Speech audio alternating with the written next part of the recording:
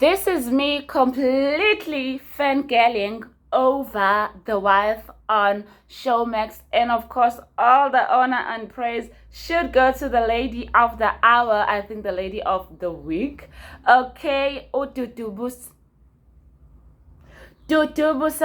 Dube, the writer of the Hlomu series. Listen, a couple of years ago, she captivated the country with her books. There were fan clubs, there were groups on social media, dedicated to showing these books some love.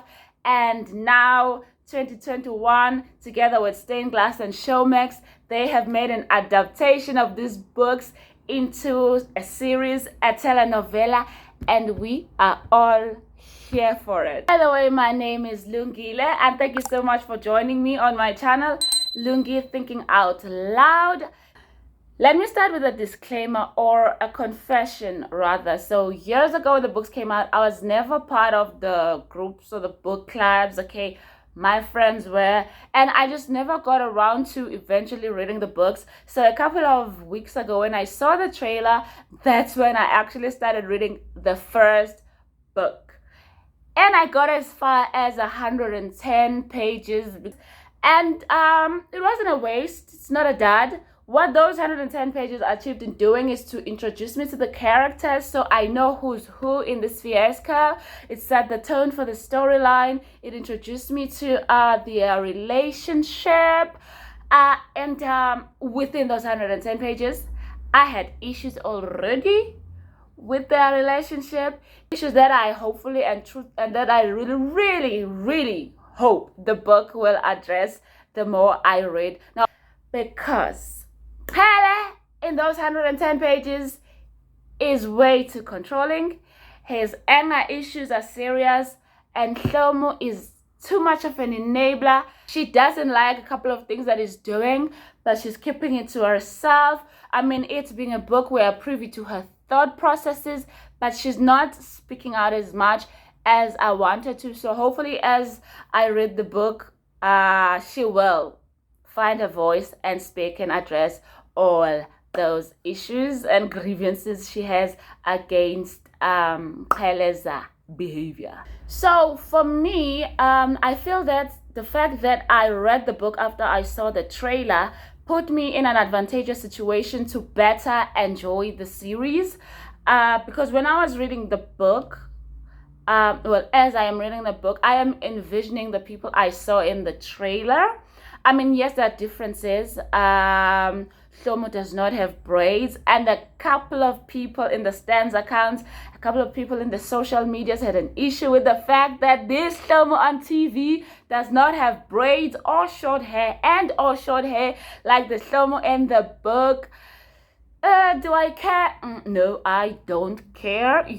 Whatever. It's just a hairstyle. And my another issue when I watched the show is that I just wish that Mkhala was a wee bit taller. Why? The way Hlomu in the book was describing Mkhala, she made him seem like he is that much taller than her and not this much taller, okay? Just for that reason alone. But you know what? Within the first couple of minutes, I was over that because the show is so good. Okay, let me woosa and get to talk briefly about the story. So Showmax has given us the first 3 episodes. Actually, leading up to it, I was wondering how they were going to do it. I really did not want them to do the 1 episode a week thing. No, Showmax is a streaming service. You can't just hit us with 1 episode a week. But also, I did not envision Showmax giving us the whole thing in one go. So they did 3 episodes, and I think everybody is okay with that. So when it starts, you can tell that it's different from the book. Of course it will be different from the book because we need more substance. The book is mostly told from Hlomu's viewpoint. For a TV show, we need subplots and subplots that will not involve Hlomu directly, per se. So anyways, in the TV show, The Wife is about, of course, the relationship or the development of the relationship between Hlomu and Uqhawe. but it is also about a feud war for taxi routes between the Zulu brothers and the other family whose name I have forget. Therefore, I will call them the rival family for the purpose of this video, okay? So, yeah, so, I mean, the first scene at the taxi rank set the tone. There was a fight that broke out, and then the two brothers from the rival family, they came there with a superiority complex. You know, like, we own this. And they do own it. Their father is the rank manager, and also he's responsible for who gets what routes, you know. And on Hlomu's part, Hlomu is a journalist. She has a car. She drives on the show. Okay, all right. That's different from a book. I don't care. And she lives with Sandile. Now, in the first 100 pages that I read, Sandile is just a guy over the phone. He's somewhere in KZN. He's ghosting her, basically, but she doesn't see it because she keeps calling and she says she's the only one who calls, you know. But in the show, they're bringing Sandile to us. Hlomu lives with the guy. He is a resident because he's going to be a doctor very soon. Their relationship is dry because he's focusing on his career. He's not giving Hlomu the attention that she needs, because in relationships, women need attention. Okay? Otherwise, abamqhele are gonna come through and swoop you late. And that's exactly what happened. Hlomu bumped into another brother from Mqhele who fell madly in love with her, you know. And as that brother at the taxi rank was telling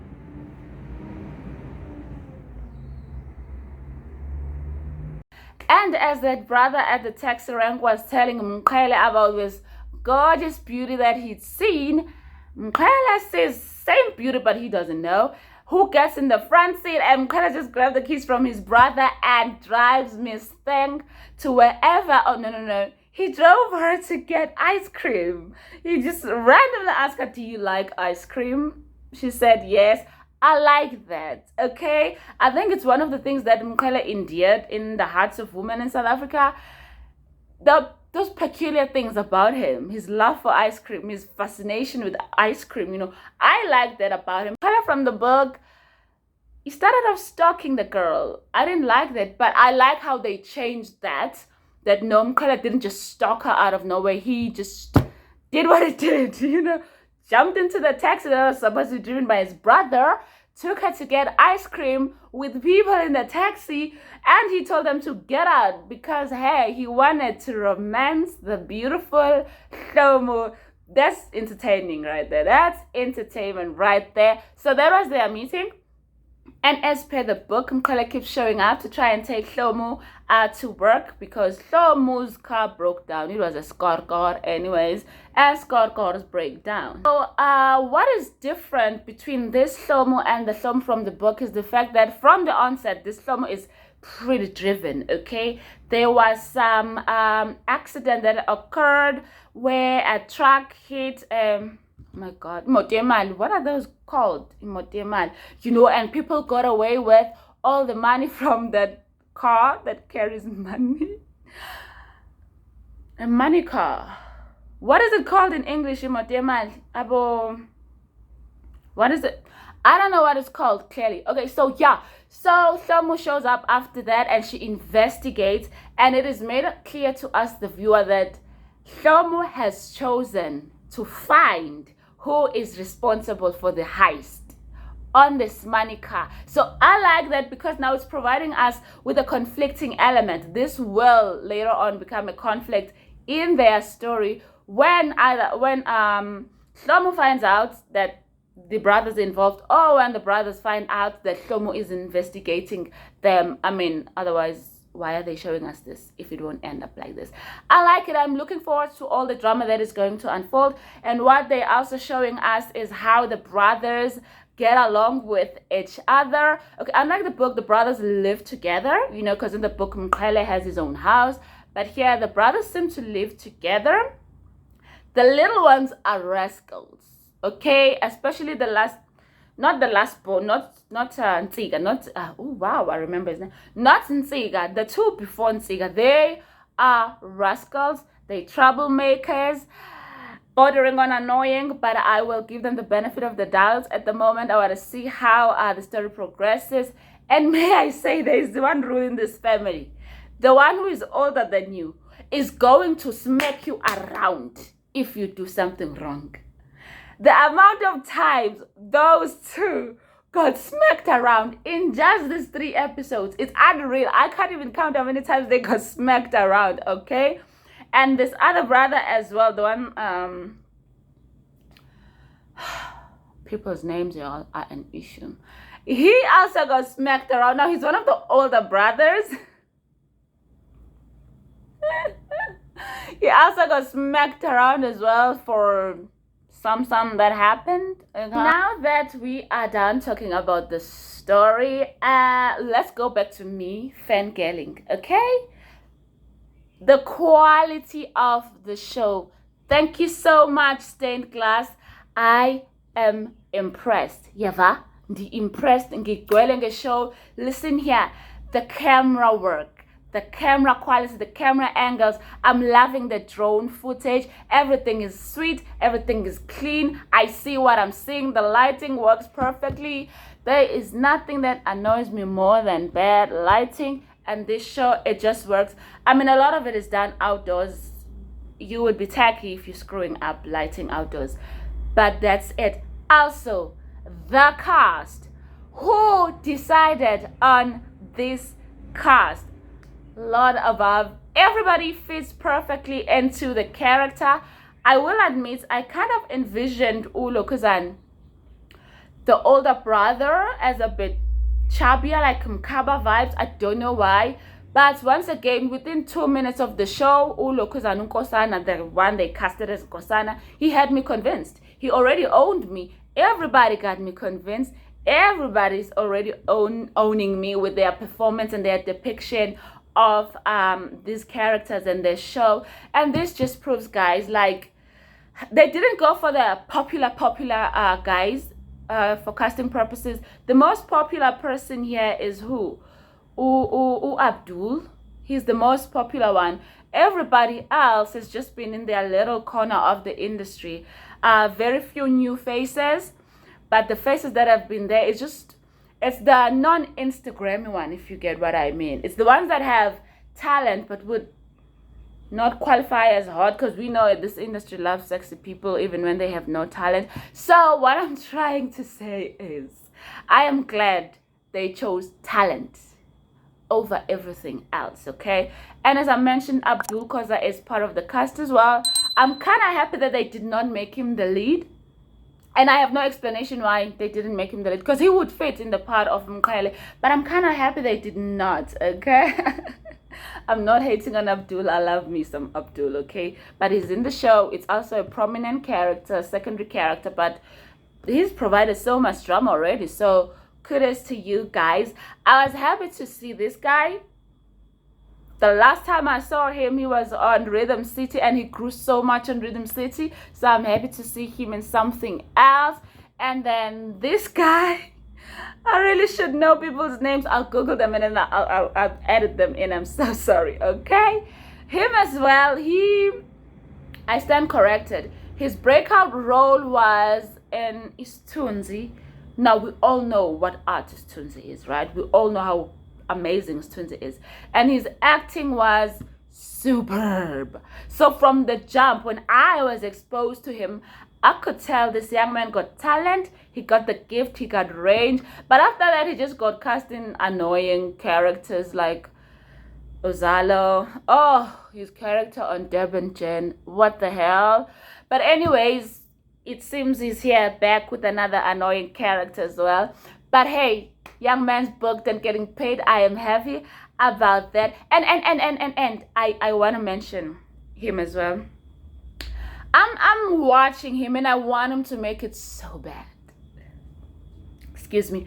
I want him to succeed so much. He got range. Okay, this man's acting skills, he can nail any role that he is given. Once again, I hope he makes it. I fell in love with his art on Lockdown. Black Brains Lockdown. I don't know if it was season 1 or 2 or 3, or he had a little role in there. But my goodness, he owned me. His acting, I felt it. Even on Deb and Jen. This man was on Deb and Jen, and he acted. It was one of the few handful people that could act on Deb and Jen. So I am rooting for it. So I am rooting for him. May he succeed. And just to wrap my fangirling up, everybody in the cast, you all act well. Everybody's skill is undoubted. They're portraying their characters very well. I am happy. I am pleased. I am loving it. I can't wait for the 18th of November where we get more episodes. I think I should let you go. That's enough of you watching me fangirling. Are you fangirling as well? What's your favorite part so far? What are you loving? What did they change from the book when they were making it into a series that you are quite enjoying? Like, did you even want to read the book? Are you reading the book just now because the series just came out, just like me, because FOMO finally caught up with us? Please let me know in the comment section down below. Please give this video a little bit of a thumbs up, and if you haven't, please make sure that you subscribe to my channel. I will really appreciate it. Thank you so much for joining me. Much love. Bye bye.